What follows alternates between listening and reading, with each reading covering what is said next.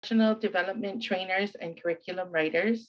And prior to this work, she served as the Vice President of Programs at Fulfillment Fund, overseeing all programmatic activity, including the delivery of Fulfillment Fund's college access curriculum, college counseling, college success efforts, scholarships, and alumni programming. Prior to joining Fulfillment Fund, Elizabeth worked at Loyola Marymount University's Controller's Office, supporting first-generation college-going students in navigating financial aid and scholarships. She serves on the advisory board at Saba Charitable Foundation and as a programs committee member with the Andy Vargas Foundation.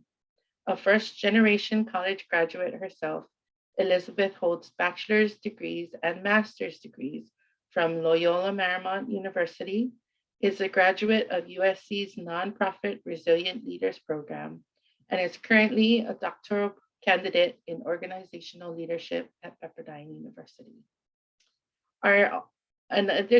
In addition, Mildred will be our second presenter. She'll be presenting along with Elizabeth. She is an expert advisor with over 30 years of education and business coaching experience.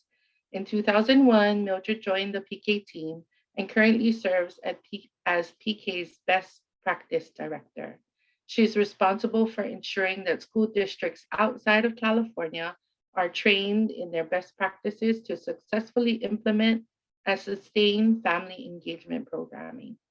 Mildred has also served as one of PK's executive directors, where she was responsible for planning and leading the operations and programming in several PK regional offices. Prior to joining PK, Mildred worked as a financial planner, preparing comprehensive financial plans for union members and their families with respect to college tuition, retirement, and investments. She also has 15 years of experience in client relations and corporate training. Mrs. Gaines received her BA in psychology with a minor in business administration from Chapman University. Her passion for serving her community continues in her personal life through her foundation, Project Blessing Bags, where hundreds of unhoused and low-income families' needs are met daily. Mildred also serves as a board member for the Children's Network of Solano County, where she upholds the network's mission of improving the lives of children in Solano County through education and advocacy. Mahalo nui to our presenters. I'll turn it over to the both of you. Thank you so much for joining us. Thank you so much. Thank you for the introduction. It's always surreal hearing our intros being read. So thank you for that.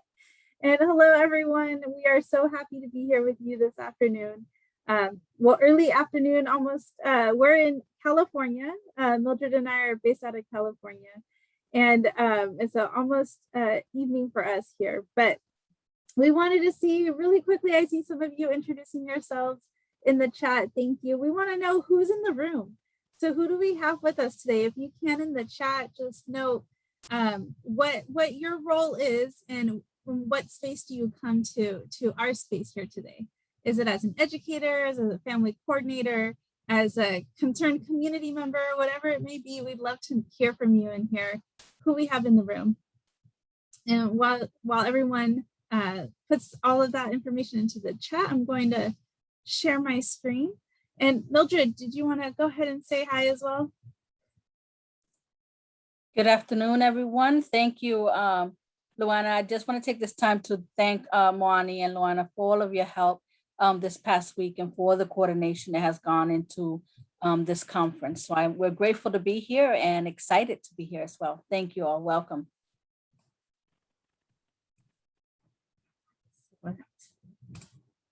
Great. So we're seeing a lot of responses in the chat. This is fantastic. Thank you all. We have a very diverse group, it looks like, today.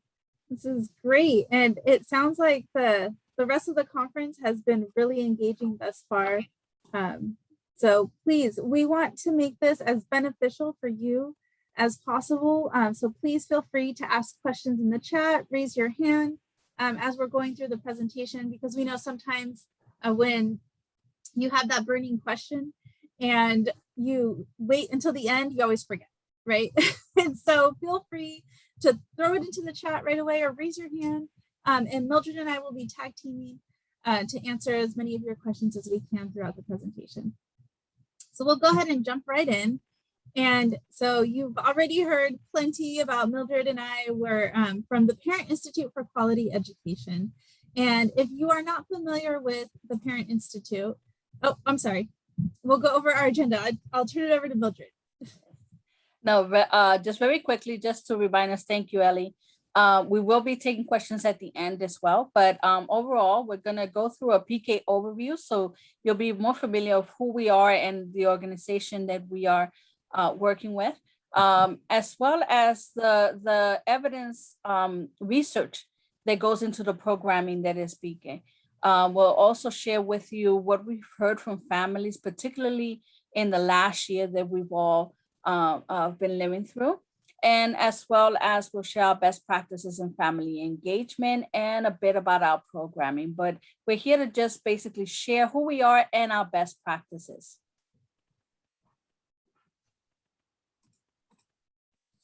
Okay, so to start us off, our mission is to provide families with the knowledge and skills to partner with schools and communities. We want everyone on the same page to ensure their children are successful academically, that they can meet their full potential. We do this by ensuring that families have information on how to navigate the school system. So you'll hear a bit more about our programming and how we get this done, but we want to ensure that families understand the school system that their children are learning in.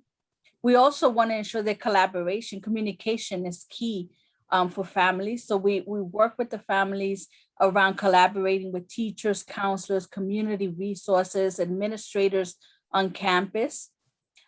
We also encourage college attendance or post-secondary education attendance as early as kindergarten. So we cover with families the options that are available for students. We also support children's emotional and social development by sharing with families ideas and things that they can do at home to support not just the learning environment, but also support their children socially and emotionally. And then we work with the families as well to create a supportive home learning environment at home.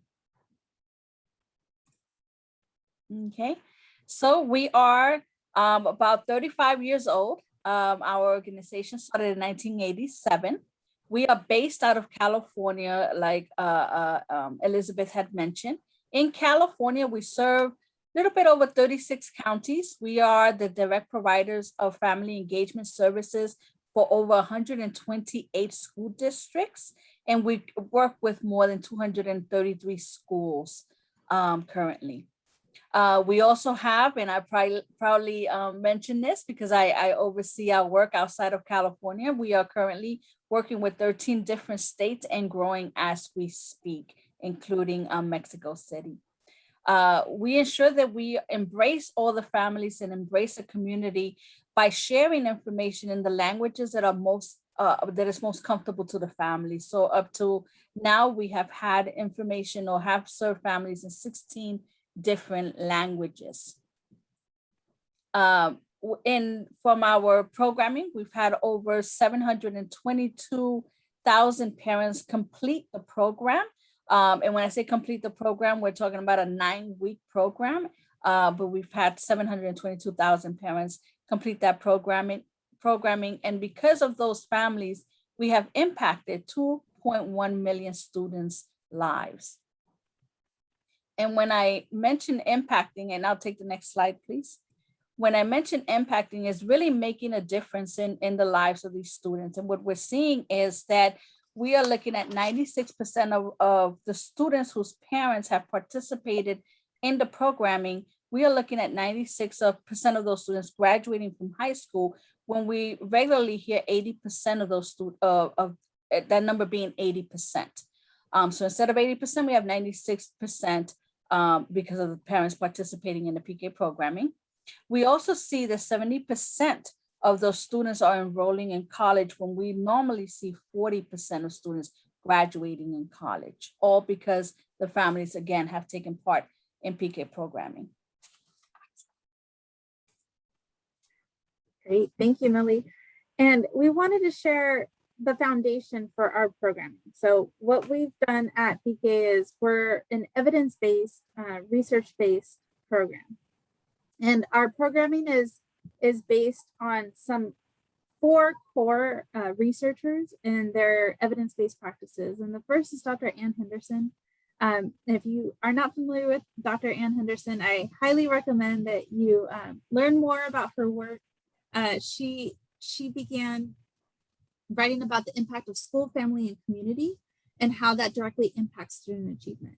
And we use the premise of her initial research in our entire scope and how we approach family engagement.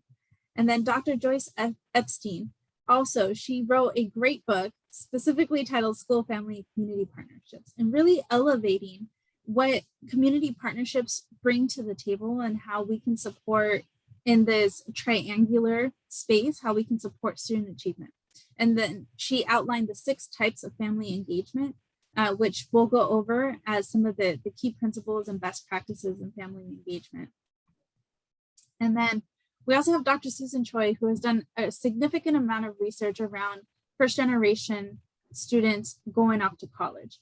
And she's instituted this model on what is it that students who come from lower income communities or who are first generation students, what are the essential steps that they need to be able to pursue a successful college career?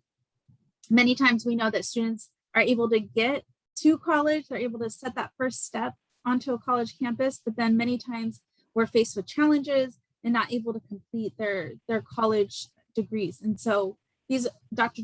Susan Choi has outlined some of the essentials to be sure that we're supporting. And so PK has incorporated her work into our model so that we're facilitating this information for families, breaking it down, explaining it to families so that it is accessible to families and they're able to implement with their children at home as well. And then the work of Dr. Karen Mapp, she is best known for her work in the dual capacity building framework. And in the dual capacity building framework, we have a partnership between family and school partnerships. And so we look at what are families doing and what role do families play in the overall success of the student and engagement with the school community. But then what is the school community? What role does the school community play? And how do they engage with family members? And so we're looking at the 2 different realms there. We're looking at educators and we're looking at families. And what are some of the maybe implicit biases that are received from educators to families? What are some of the preconceived notions that families may have about whether or not they're welcome on a campus?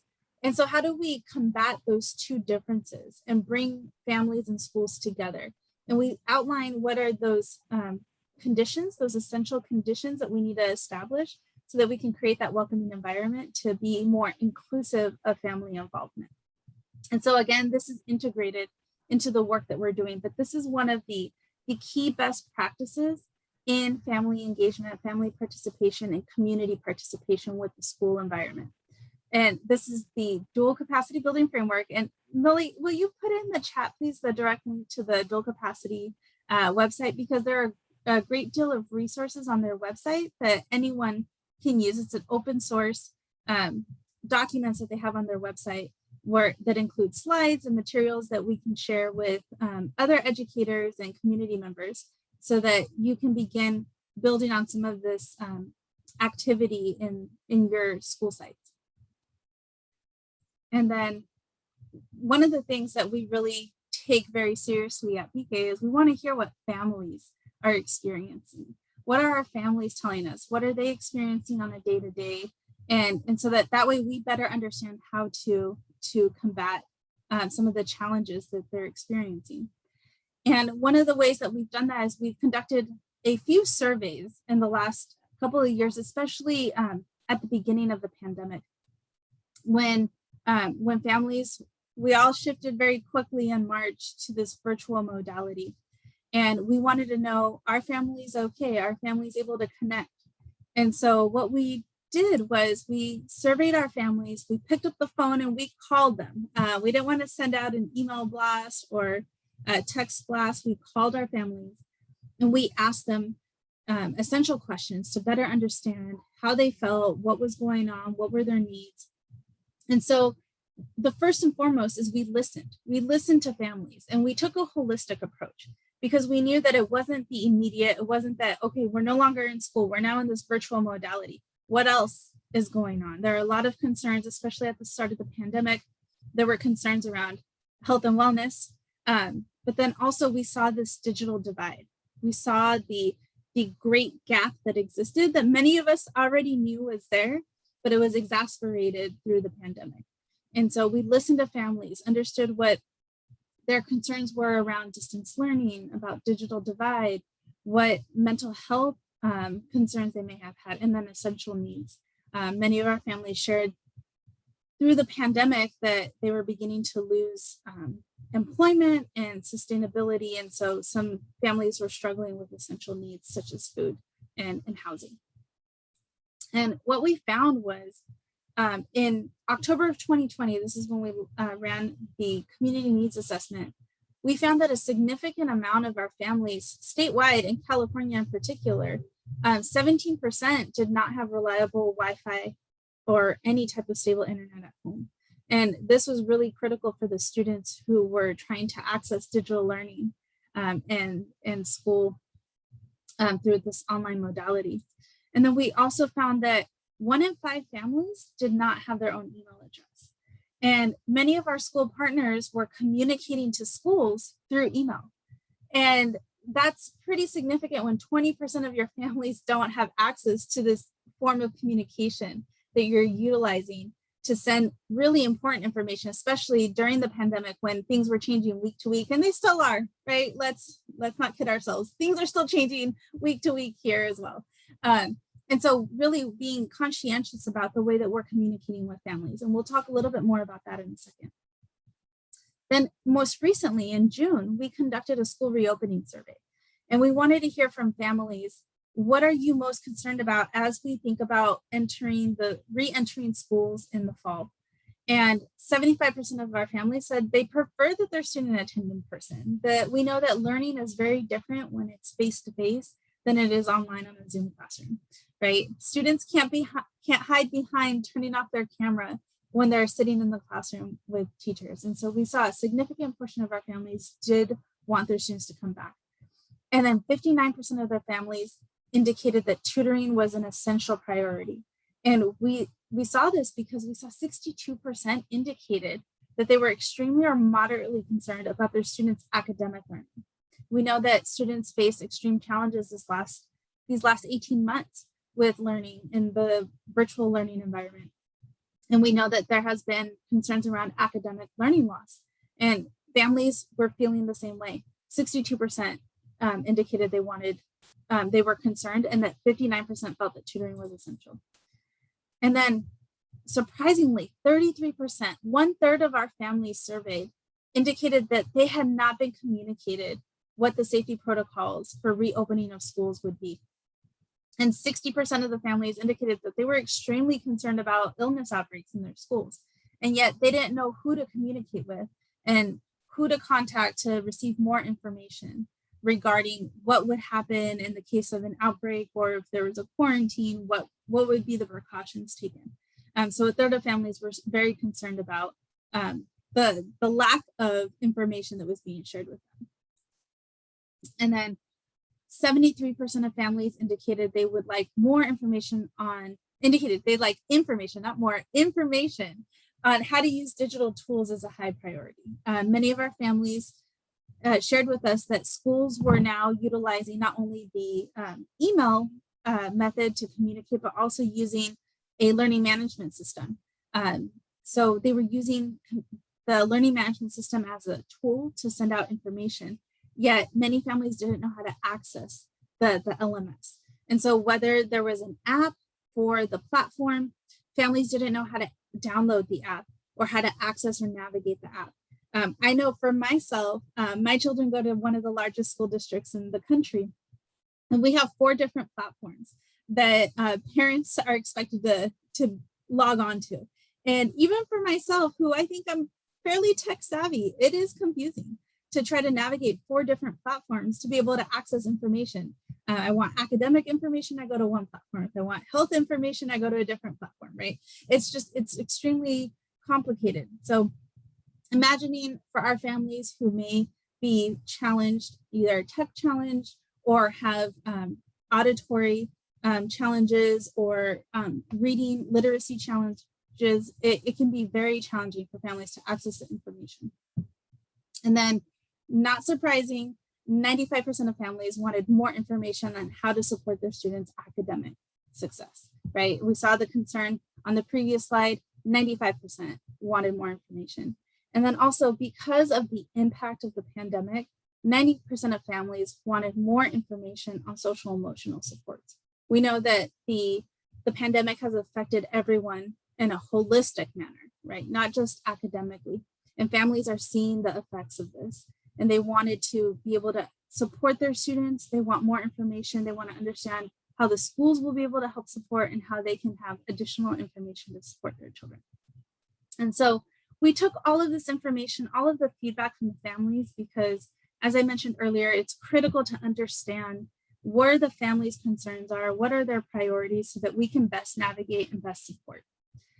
And so when we're working with families, some of the best practices that we've seen with our work in family engagement really boils down to 3 main areas. One, it's being clarity and consistency. So being very clear with our communication and being consistent.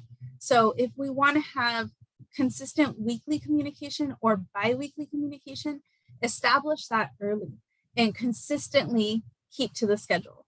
And even if that means, working late to ensure that bi-weekly communication goes out, we send it out because we said we were going to send it out. And so when we do that, when we're consistent, we set clear expectations. We let our families know, we signal to our families that we are a trusted resource and that we will continue our follow-up. And so we ensured that clarity and consistency was key for family engagement. And then second is the welcoming environment. And this is essential. And I think now as we come through, hopefully the other side of this pandemic, we see that families are a key component to student success. And we want to ensure that we don't lose all that traction that we built these last few months in engaging families as partners in the students' learning, so that when we come back to the school campus and we're creating this welcoming environment where families still feel that they are welcome and accepted on campus. Many times we hear from families, I don't feel comfortable coming to school. I don't feel that the teacher wants me in the classroom, or I don't feel that I can volunteer on campus. Well, what are we doing as educators to make families feel this way, right? We ask ourselves, what are we doing to contribute to this narrative? Are we doing anything to dispel that narrative for families? Are we inviting families to more than just back to school night and open house? Are we providing other opportunities for families to become involved, whether in the classroom or at an after school activity or extracurricular activity? And then another component was creating this, again, looking at the holistic approach, but disseminating information to families that help support all aspects of their lives. And we know that as educators, there's a lot on our plates already. But when we have resources available to us, many times we see that community resources will be shared with schools because they know that the school has an active audience that they can share the information with. But how is that information being disseminated to families, or is it being disseminated? And are we sharing it so that families see us as a trusted resource to receive information from? And so this can vary from community resources such as, tutoring within the community, childcare, enrichment supports. We've seen a lot of support around vaccination drives and even more information around the efficacy of vaccinations and dispelling some of the misinformation that's out there around COVID-19. And then also having a direct link to communicate with families. A lot of times families say, I don't know who to call at school. I don't know who to call on campus. So are we providing families a direct line of communication at the school? Do they have someone that they know they can speak to? If I have a question about my students, are they on track to high school graduation? Who do I talk to? Do I talk to a teacher? Do I talk to a counselor? Do I talk to the principal? So understanding who that main point of contact is. And then third is the differentiated response. And this one is really key in many of the communities that we work in at BK, because we understand that many of our families have different preferred home languages. And so we want to effectively communicate, as Mildred explained in the beginning of our presentation, we have our programming in 16 different languages. And actually we have it in 16 different languages and 2 dialects as well. Because we want to meet our families where they're at and be able to support them and provide them the resources and information that is essential for them to support their students. And so looking at the way that we respond to families, are we differentiating the response, right? We saw 20% of families don't have their own email address. So are we sending out information that's not just from the email? Are we making phone calls or texts? Using the apps that we have available? Are we utilizing social media? What avenues do we have at our disposal that we can use to help communicate to families in multiple streams? And then, as I mentioned, in the preferred language and modality for families. So it may be that a family really doesn't check their email and text is a way to get a quick response. Then we know that text responses solicit much quicker feedback. Or is it that a phone call is the best way to get a hold of a family member? And then understanding what those different needs are for different families. We know that it's not one size fits all for all families. We have our families are as diverse as we are. They have different working hours. They have different family nucleus and dynamics. And so understanding that there are differentiated needs, there are different responses to families, and how do we do that? How do we respond to families? And something that we've done just in the last 12 months, because we wanted to check in on our families, hear directly from our families, and better understand what some of their concerns were, we were making calls. We conducted over 60,000 calls to families home in their preferred home language. And this at times was 3 to 5 calls per family.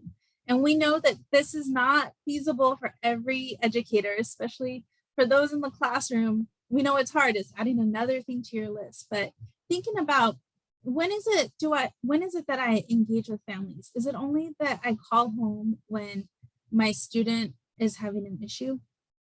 Am I ever calling the family to let them know, hey, your child did a great job today, right? Are we only calling with bad news, or are we calling with some good news as well?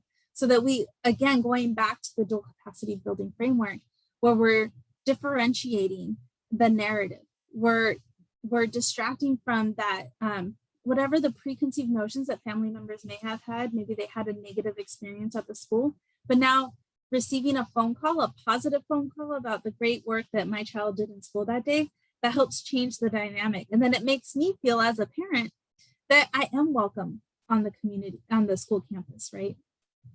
And another example, we sent over 160,000 text messages this last year in our family's preferred home language.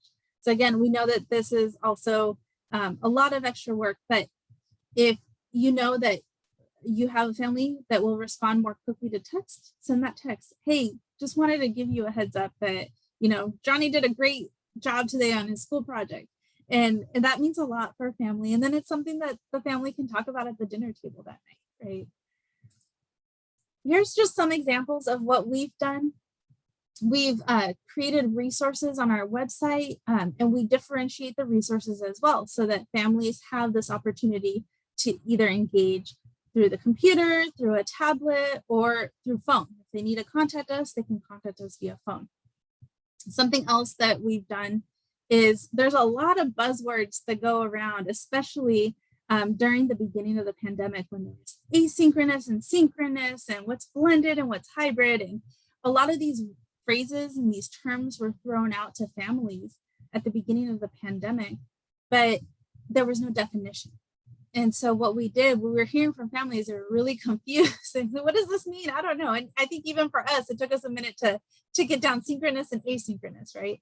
So we created a resource guide for our families and we posted it on our website, defining the terms. And we continue to update these terms for families so that it is explained. But not only did we explain it in a written out fashion, we also put in a visual.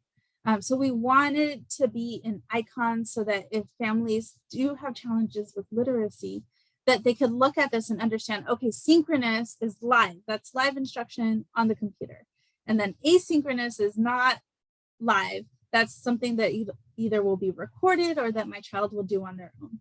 So trying to give different visual cues for families to also better understand some of the buzzwords and terminology that was out there for families during COVID. All right, I'm going to turn it over to Mildred now. Well, we had a question in the chat that I think was perfect timing, and I hope it was answered through what you just said. But I want to. The question was from Ms. Joanne Amada. Parents are not allowed on campus. Any other suggestions on a welcoming environment besides making personal phone calls? Oh yeah, that's great. That's great to know. Thank you. And we know with the restrictions right now and trying to keep our children as safe as possible, we've seen a differentiated responses. So one of the things we know, there's coffee with the principals, which are great, but sometimes they're not accessible. Sometimes I know for my children's school, coffee with the principal is usually at 10 a.m. on a Friday. I'm working. I can't attend a coffee with the principal at 10 a.m. right? And so looking at different approaches to when we can have these settings. Can we create a lunchtime brown bag Zoom for families who have a lunch hour? Can we create a lunch hour Zoom where families can log in? Or is there opportunity to have a 6 p.m. Zoom call with families, or have office hours for families to feel like they are included in creating that welcoming environment? Also, something that I just thought was such a great idea from another group that we were working with is that since they couldn't have a live, they did an international day and families would volunteer to bring a dish from their culture or heritage. And so what they did was they created it on Zoom and they would have families demo making a dish.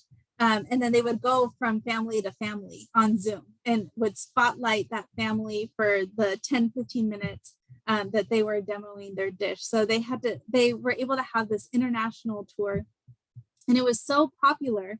Of course, the students were excited to see each other's kitchens and homes, but the families also were really grateful to have the exposure of different cultures and different traditions for their students in one setting, and that really brought the community together. So thinking about different ideas that are outside of the box, something new, something that maybe we never thought of before. But I like to think of the silver lining in the pandemic. We have seen that families are much more accessible in the virtual modality.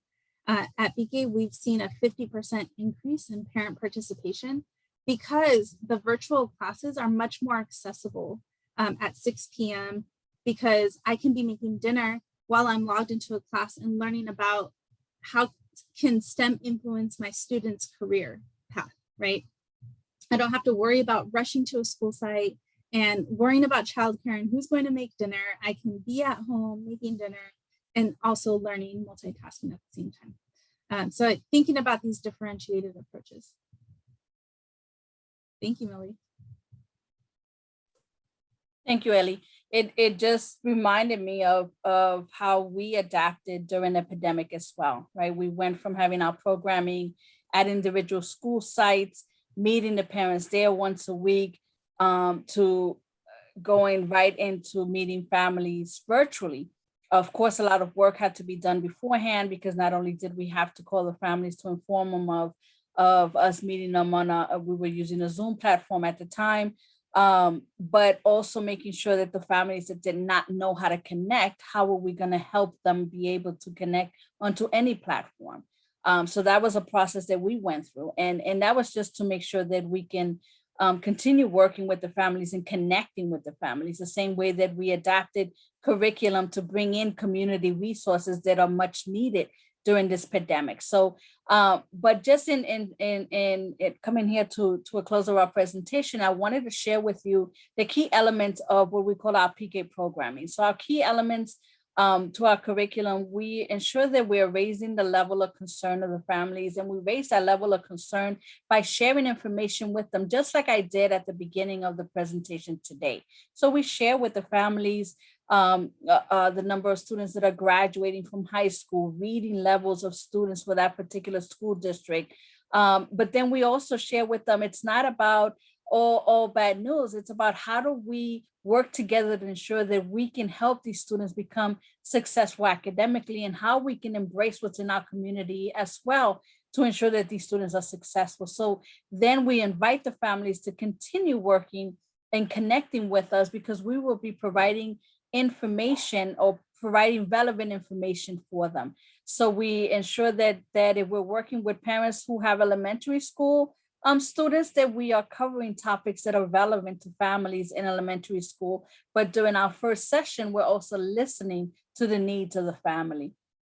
And then after the program, towards the end of the programming, we start moving families into action, or you see the families moving themselves into action, meaning that because they have a tool of information now, or a toolbox full of tools, they become part of the process at a school site. They become active within their community, wanting to take advantage of the whatever may be available to them. But most importantly is the communication that they have with their children's teachers and administrators at their particular school site. Okay, so just to give you an overview of one of our programs, or several of our programs, we have what we call, or our signature program is our 9-week family engagement program. Prior to our orientation session, which I like calling our listening session, because we're really listening to the needs of those families, we go through what Ellie has explained to us, all of the text messaging and the phone calling and the outreach to families. We work together with the school to find what is the most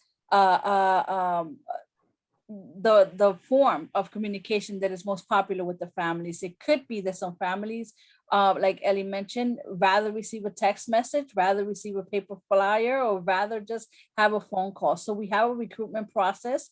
Then we meet the families for orientation, where we share with them what the programming is going to look like. And we also listen to what are the needs within that group. We start not only thinking about the curriculum that we're going to be sharing with families, but also seeing what's in the community that we can connect with that particular school site, or seeing what's in that school site that could be connected to the families as well, to enhance and to ensure that their needs are being met. We have 6 core classes where we share that relevant information with the families, and it could be anywhere from how to figure out a grade point average to how to just have a good teacher conference, a parent-teacher conference. Week number 8 of our programming is set aside for school administrators to have a Q&A with the families. And also we invite community members to come in and share resources from the community. So one of the richest forums that I can think of principals dialogue is when we had individuals that came in from different programs that were available within that community. Actually, I attended one yesterday virtually, where we shared, where we had classes for families, where they even had, and Ellie, you mentioned cooking, they mentioned cooking, tutoring for students, all extra resources that were outside of the school site, but they were being brought into the school site and were available to the families. So we were able to share that with the families on yesterday. But the principal's dialogue is to bring everything together for the families. And then finally, we have a family graduation where participants receive certificates, where we celebrate them. I can tell you, if you ever attend a PK graduation, bring a tissue box, because to hear the the change in the families, to hear from the families themselves how much they have learned and how appreciative they are at knowing that they are surrounded by a community that is embracing them and that they have resources available to them is very touching. But also because we work with families, and the families that we attract through our recruitment process are usually families that we don't see at the school sites, that are not as involved as we would want them to be sometimes. So, and some of these families, this is the first time they've graduated from anything.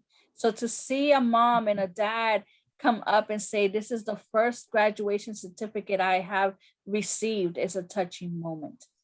I believe we have one more slide. Oh no, our next slide, and we'll open it up now before we run out of time. We'll open it up for any questions you may have for us. We'll be glad to take those questions from you. You can feel free to drop it in the chat or just unmute yourself and ask the question. I see we have a question in the chat. Is the PK program promoted by your school district administrators? Yes and no. It's both, right? Sometimes it's a direct partnership with the school itself, the school site itself. So we'll work directly with school principals. Right now, fortunately, we have so many principals calling us right now that that we're working with over 300 schools this quarter, which is really exciting. And then other times, especially in the work that Millie does, she's working at the district level. So working with superintendents at the district level who are committed to family engagement and then disseminating the information down, so that we're working with schools directly in this model to provide family engagement resources to families. So it differs, it depends school to school, but the key is that there needs to be school buy-in. So if that's the root of the question, yes, it's a partnership. So going back to the dual capacity building framework, it's a partnership between the school, the family, and the community. It's this comprehensive, holistic overview of how we're working in partnership, all with the student at the core of the work. Great question. Any other questions?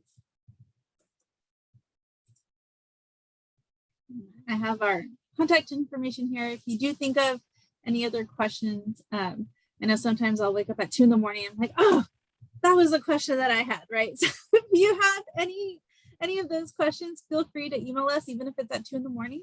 No problem, we'll respond to you the next day. But send us your questions or your email. And happy to share more resources.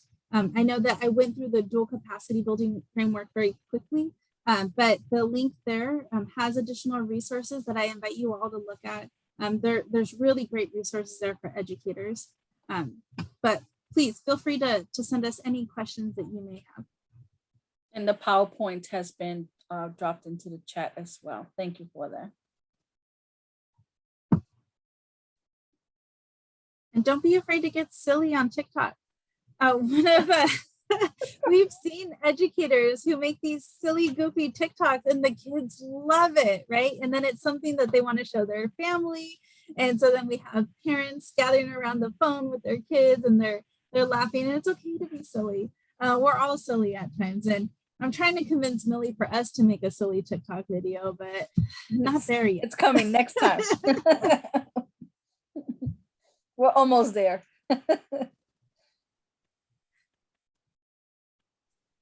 Mahalo, love to. Oh, you want to go ahead?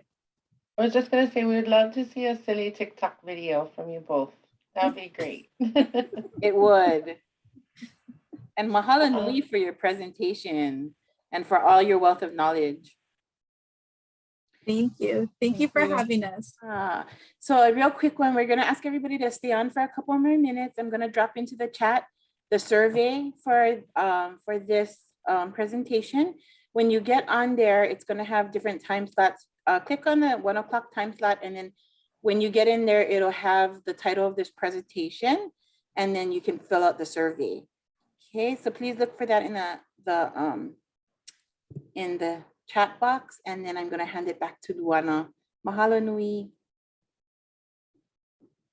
So The link to the survey is in the chat.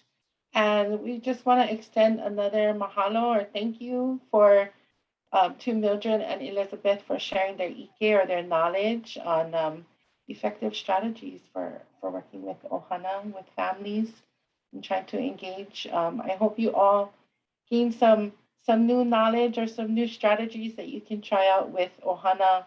Maybe not today, it's Friday, but as soon as next week. So in the true fashion of ohana engagement, I have my little one here, but we'd like to thank you all again for attending this session. Thank you, Mildred and Elizabeth, for your presentation. Please work on the survey, and don't forget we do have our closing keynote with Konishki Saliva'a Atisanoi after this, so feel free to access that on your Access Pass. Mahalo, everybody. Thank you for coming.